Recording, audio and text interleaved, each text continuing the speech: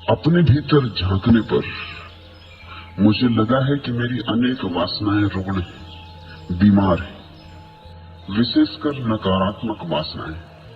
तो क्या वासनाएं भी स्वस्थ और रुग्ण होती? और क्या बताने की कृपा करेंगे कि स्वस्थ और रुग्ण वासनाओं में फर्क क्या है?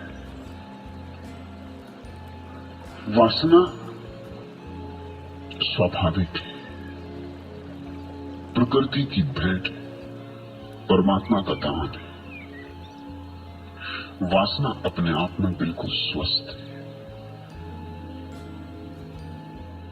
वासना के बिना जी ना सकोगे, एक क्षण न जी सकोगे। सच तो यह है,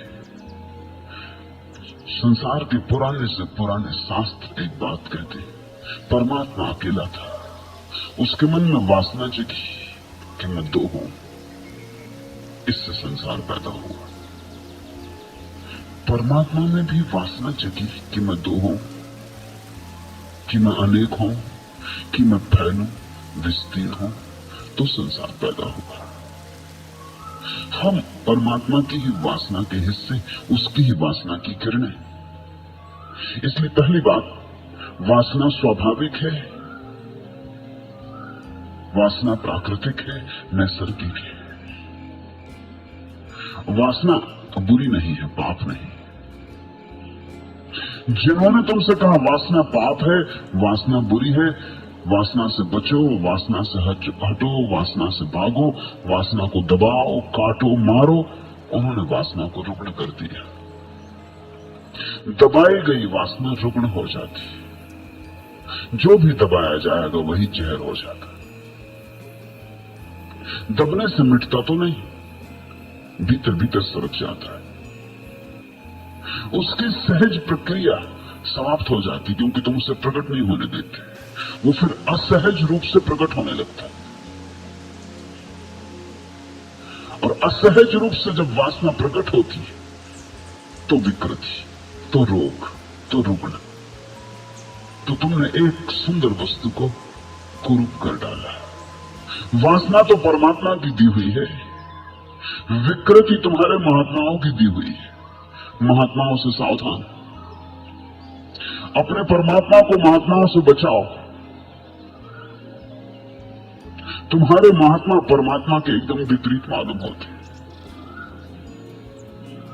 और तुम्हें यह समझ में आ जाए कि तुम्हारे महात्मा परमात्मा के विपरीत है, तुम्हें यह दिखाई पड़ जाए कि जो परमात्मा ने दिया है स्वाभाविक सरल, जो जीवन का आधार है, उसे नष्ट करने में लगे, तो तुम्हारे जीवन से रुग्णता समाप्त हो जाएगी, वासना का रोग विलीन हो जाएगा, विकृति विदा हो जाएगी। समझो, काम वासना है, स्वाभाविक है, तुमने पैदा नहीं की है, जन्म के साथ मिली है, जीवन का अंग है, अनिवार्य अंग है। तुम्हारे मां और पिता को काम वासना न होती तो तुम न होते। इसलिए शास्त्र ठीक ही कहते हैं कि परमात्मा में वासना उठी होगी तभी संसार हुआ। तुम्हारे मां और पिता में वासना न उठती तो तुम न होते। तुम में वासना उठेगी तो तुम्हारे बच्चे होंगे। ये जो जीवन की श्रृंखला चल रही है, ये जीवन का सातत्य है, ये जो जीवन की सरिता बह रही है, इसके भीतर जल वासना का है। वासना बुरी नहीं हो सकती, क्योंकि जीवन बुरा नहीं, जीवन प्यारा, अति सुंदर। लेकिन वासना को दबाने में लग जाओ और विकृति शुरू हो जाती है। वासना के ऊपर चढ़ के बैठ जाओ, उसकी छाती पे बैठ जाओ, उसको प्रकट न होने दो, उसको दबाओ, काटो, छांटो, कि बस फिर विकृति शुरू होती, फिर अड़चन शुरू होती, फिर वासना ऐसे ढंग से प्रकट होने लगती है जो कि स्वाभाविक नहीं। जैसे एक सुंदर स्त्री को देखकर तुम्हारे मन में अहोभाव का पैदा होना जरा भी अशोभन नहीं है। सुंदर फूल को देख के तुम्हारे मन में अगर ये भाव उठता है सुंदर है, तो कोई पाप तो नहीं। चांद को देखकर सुंदर है तो पाप तो नहीं। तो मनुष्य के साथ ही भेद क्यों करते हो? सुंदर स्त्री सुंदर पुरुष को देखकर सौंदर्य का बोध होगा, होना चाहिए। अगर तुम में जरा भी बुद्धिमत्ता है तो होगा, अगर बिल्कुल जड़ बुद्धि हो तो नहीं होगा। इसलिए सौंदर्य के बोध में तो कुछ बुराई नहीं है, लेकिन तत्क्षण तुम्हारे भीतर घबराहट पैदा होती कि पाप हो रहा है। मैंने इस स्त्री को सुंदर माना, ये पाप हो गया कि मैंने कोई अपराध कर लिया। अब तुम इस भाव को दबाते, तुम इस स्त्री की तरफ देखना चाहते हो और नहीं देखते। अब विकृति पैदा हो रही। अब तुम और बहाने से देखते हो, किसी और चीज को देखने के बहाने से देखते हो। तुम किसको धोखा दे रहे हो? या तुम भीड़ में उस स्त्री को धक्का मार देते हो, ये विकृति है। या तुम बाजार से गंदी पत्रिकाएं खरीद लाते हो, नग्न स्त्रियों के चित्र देखते हो, ये विकृति है। और ये विकृति बहुत दिन नहीं है जो तुम्हारे ऋषि मुनियों को होती रही। तुमने कथाएं पढ़ी है ना कि ऋषि ने बहुत साधना की और साधना के अंत में अप्सराएं आ गई, आकाश उर्वशी आ गई और उसके चारों तरफ नाचने लगी। पोर्नोग्राफी नई नहीं है, ऋषि मुनियों को उसका अनुभव होता है। वो सब तरह के अश्लील भाव भंगिमाएं करने लगी ऋषि मुनियों के पास। अब किस अप्सरा को पड़ी ऋषि मुनि के पीछे पड़ने की?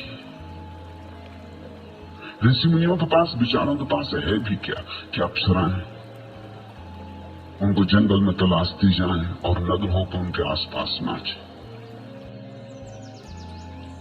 सच तो यह है कि ऋषि मुनि अगर अप्सराओं के घर भी दरवाजे पर जाकर खड़े रहते तो क्यों न उनको जगह न मिलती। वहां पहले से लोग राजा महाराजा वहां खड़े होते। ऋषि मुनियों को कौन घुसने देता? मगर कहानियां कहती हैं कि ऋषि मुनि अपने जंगल में बैठे, आंख बंद किए, शरीर को जला के गला के, भूखे प्यासे व्रत उपवास किए हुए, और अप्सराएं उनकी तलाश में आती। ये अप्सराएं मानसिक है, ये उनकी मन की दबी हुई वासना है। ये कहीं है नहीं, ये बाहर नहीं, ये प्रक्षेपण है, ये स्वप्न है। उन्होंने इतनी बुरी तरह से वासना को दबाया है कि वासना दबते दबते इतनी प्रगाढ़ हो गई है कि वो खुली आंख सपने देखने लगे, और कुछ नहीं। हेलुसिनेशन है, संभ्रम है। मनोवैज्ञानिक कहते हैं किसी आदमी को ज्यादा दिन तक भूखा रखा जाए तो उससे भोजन दिखाई पड़ने लगता है, और किसी आदमी को वासना से बहुत दिन तक दूर रखा जाए तो उसकी वासना का जो भी विषय हो वो दिखाई पड़ने लगता है, भ्रम पैदा होने लगता है। बाहर तो नहीं है, वो भीतर से ही बाहर प्रक्षेपित कर लेता है। ये ऋषि मुनियों के भीतर से आई हुई घटनाएं हैं, बाहर से उनका कोई संबंध नहीं। कोई इंद्र नहीं भेज रहा है, कहीं कोई इंद्र नहीं है और न कहीं कोई उर्वशी है। सब इंद्र और सब उर्वशियां मनुष्य के मन के भीतर का जाल है। तो तुम अगर कभी ये सोचते हो कि जंगल में बैठने से उर्वशी आएगी, वो समझ जाना कोई उर्वशी नहीं आती। नहीं तो कई ऋषि मुनि इसी में हो गए हो, बैठे हैं जंगल में जाके, अब उर्वशी आती होगी, अब उर्वशी आती होगी। उर्वशी तुम पैदा करते हो, दमन से पैदा होती। ये विकृति है। इस स्थिति को मैं मानसिक विकार कहता हूं। ये कोई उपलब्धि नहीं है, ये विक्षिप्तता है। ये है वासना की रुग्ण दशा।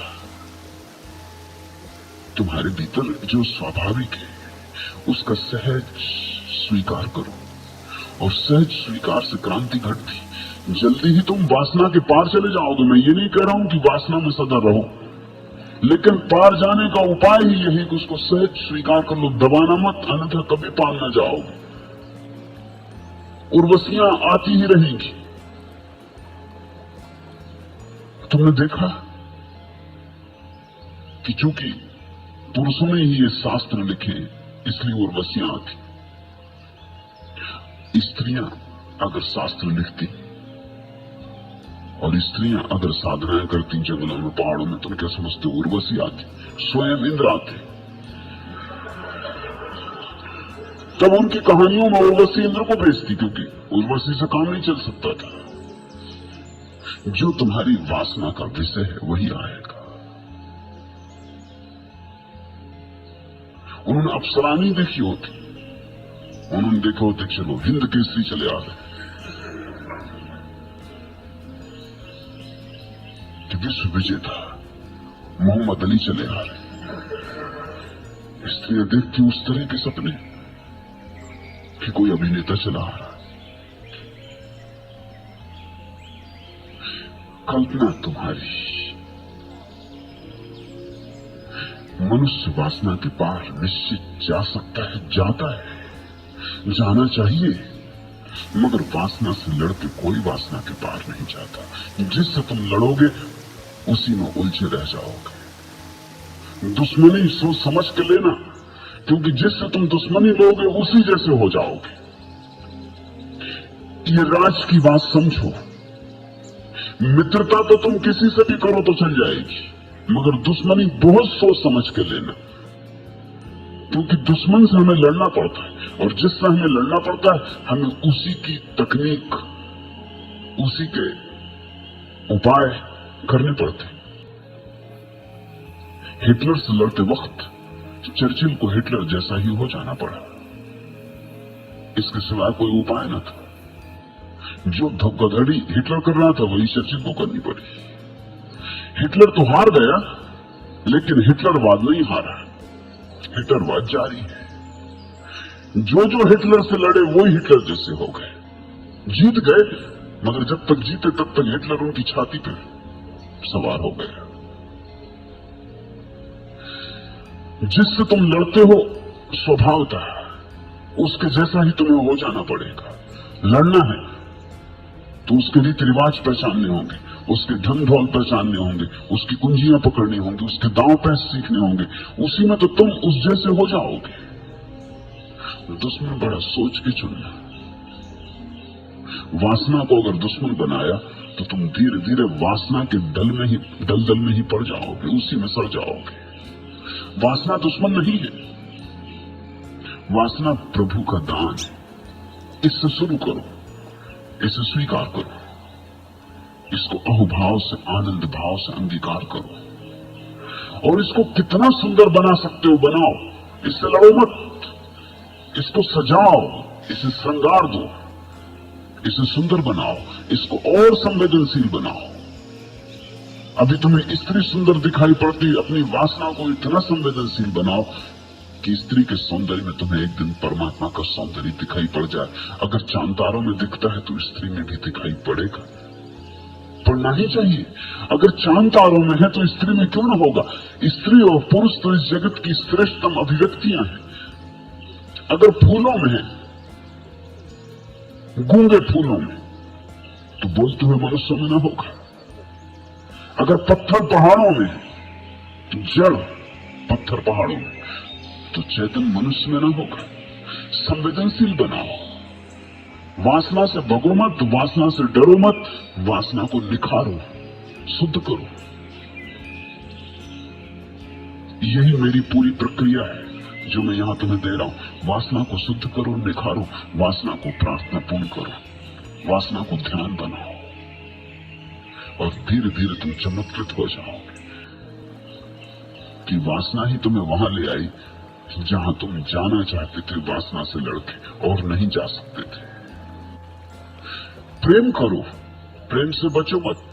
गहरा प्रेम करो, इतना गहरा प्रेम करो कि जिससे तुम प्रेम करो वही तुम्हारे लिए परमात्मा हो जाए। इतना गहरा प्रेम करो। तुम्हारा प्रेम अगर तुम्हारे प्रेम पात्र को परमात्मा न बना सके तो प्रेम ही नहीं, तो कहीं कुछ कमी रह गई। तुम्हारे महात्मा कहते हैं कि प्रेम के कारण तुम परमात्मा को नहीं पा रहे हो। मैं तुमसे कहता हूं प्रेम की कमी के कारण तुम परमात्मा को नहीं पा रहे हो। इस भेद को समझ लेना। इसलिए अगर तुम्हारे महात्मा मुझसे नाराज हैं तो बिल्कुल स्वाभाविक। अगर मैं सही हूं तो वे सब नाराज होने ही चाहिए।